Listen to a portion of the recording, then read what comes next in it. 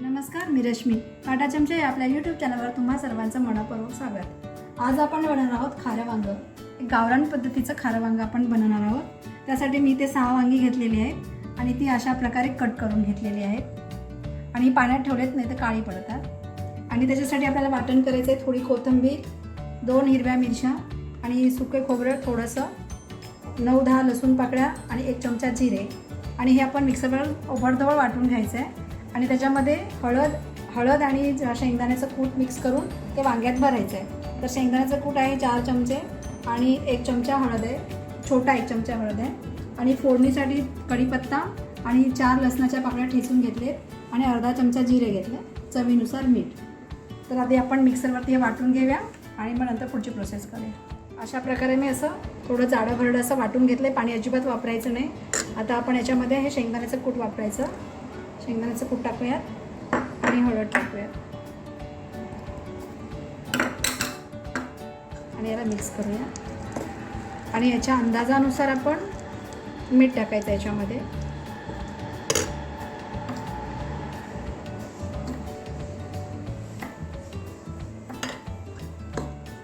मला थोडासा पातळ रस्सा करायचा आहे, म्हणजे एकदमही घट्ट नाही आणि एकदमही पातळ नाही असं करायचं आहे खाऱ्या वांग्याचा रस्सा. त्याच्या अंदाजानुसार मग आपण नंतर मीठ वापरायचं, म्हणजे टेस्ट करून बघायचं. नाही तर एकदम खारट झालं तर ते बरं नाही वाटत. आता वांगी घेताना ना आपण व्यवस्थित कापून घ्यायचे आणि ते कापल्यानंतर आपण बघायचे आतून कीड वगैरे नाही आहे ना. आणि जर वरती असं काही जाणवलं आपल्याला कीड आहे, होल आहे, ते जरा कट करून बघायचं की आतपर्यंत आहे की नाही वगैरे. अशा प्रकारे आपण वांगी चेक करूनच बघायची, कारण आतमध्ये कीड असू शकते. तर आता हा मसाला आपला तयार आहे. आपण हा जरा हाताने मिक्स करूयात, म्हणजे तो चांगला एकजीव होईल. आणि आता आपण हे वांग्यात भरायचं. एक वांग्यामध्ये हा मसाला भरायचा. आपल्याला वाटलं जर ह्याचं प्रमाण कमी आणि वांगी जास्त आहे तर थोडंसं शेंगदाण्याचं कूट जास्त वापरायचं, वाढवायचं. आणि जर तुम्हाला खोबरं जास्त आवडत असेल तर खोबरंही वाढवू शकता. शक्यतो मी इथं शेंगदाण्याचं कूट जास्त वापरते. तर आता आपण हा मसाला वांग्यात भरूया. तर मला हे परफेक्ट आहे वांग्यामध्ये मसाला. 6 वांग्यासाठी हा बरोबर आहे. तर असं वांगं करायचं, त्याच्यामध्ये हा मसाला भरायचा आणि एका साईडून असा हा भरायचा आणि थोडंसं प्लेस करायचं. आता आपण दुसऱ्या वांग्यात भरूयात. अशा प्रकारे मी सर्व वांगी भरून घेते.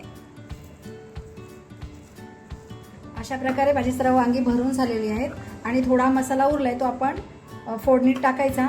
म्हणजे फोडणी झाल्यानंतर वांगी टाकायच्या पूर्वी थोडा टाकायचा आणि मसाला तेलात तो परतायचा. आणि नंतर आपल्याला पाणी ओतायचं, ते आपल्याला गरमच पाणी ओतायचं आहे. खारं वांगं बनवताना आपण मोस्टली गरम पाणी वापरायचं, त्याच्यामुळे त्याची चव छान येते. तेल गरम झालं, आपण जिरे टाकूयात.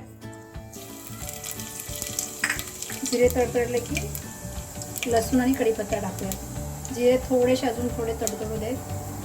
फुलले की आपण हे टाकूयात मग लसूण आणि कढीपत्ता.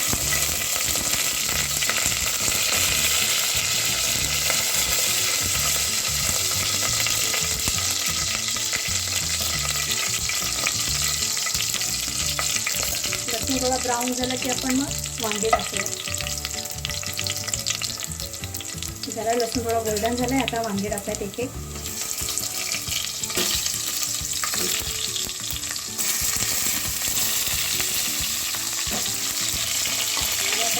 थोडंसं परतूया.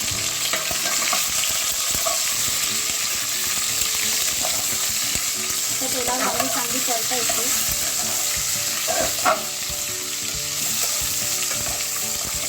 आणि आपला उरलेला मसाला आहे तो आता टाकायचा आणि तोही तेलावर थोडा परतायचा.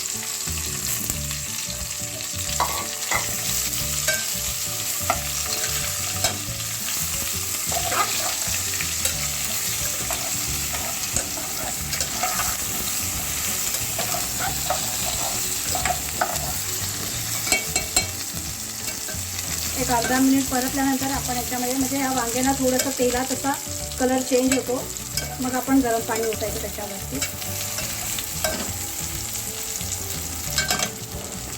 पाणी ओतूयात. आता आपण मसाल्याचं वगैरे सर्व पाणी काढून ते गरम पाणी त्यात मिक्स करून ओतून टाकायला. तर आता आपण हे आपल्याला जितका पातळ रस्सा हवा आहे त्या हिशोबाने पाणी ओतायचं.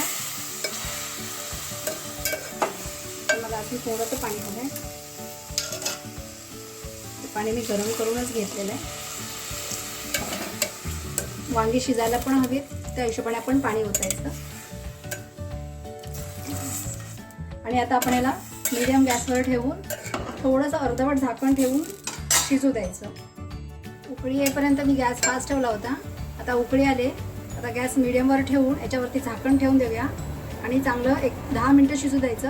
आणि 10 मिनटानंतर बघायचं वांगी शिजलेत का, आणि मग शिजले असेल तर आपलं खारं वांगं तयार आहे. 10 मिनटं झालेत, आपण बघूया वांगी किती शिजले. एकदा 5 मिनटं झाल्यानंतर मी एकदा वांगी परतून घेतली होती, म्हणजे ती सर्व बाजूने व्यवस्थित शिजली जातात. आता ही 10 मिनटं झाली. आपला छान रस्सा झालेला आहे. वांगे शिजले का बघूया. वांगे शिजले का बघण्यासाठी ना आपण वांग्याचा देठ आहे ना थोडा दाबून बघायचा. अजून थोडी शिजायला पाहिजेत. आणि इकडे तर आपण थोडंसं असं टच केलं की आपल्याला समजतं की शिजलं की नाही, पण देठापर्यंत शिजला पाहिजे. वांगी आणि जास्त शिजवायची नाहीत, मग ती चवीला छान लागत नाहीत. त्याचं प्रमाण आहे. देठ दाबला की थोडा चिपटला पाहिजे, म्हणजे तो समजायचं की वांगं शिजलेलं आहे. तर अजून मी 5 मिनिटासाठी झाकून ठेवते आणि गॅस स्लो ठेवते. परत 5 मिनिटं झालेली आहेत. आता बघूया आपण वांगं शिजवायचं.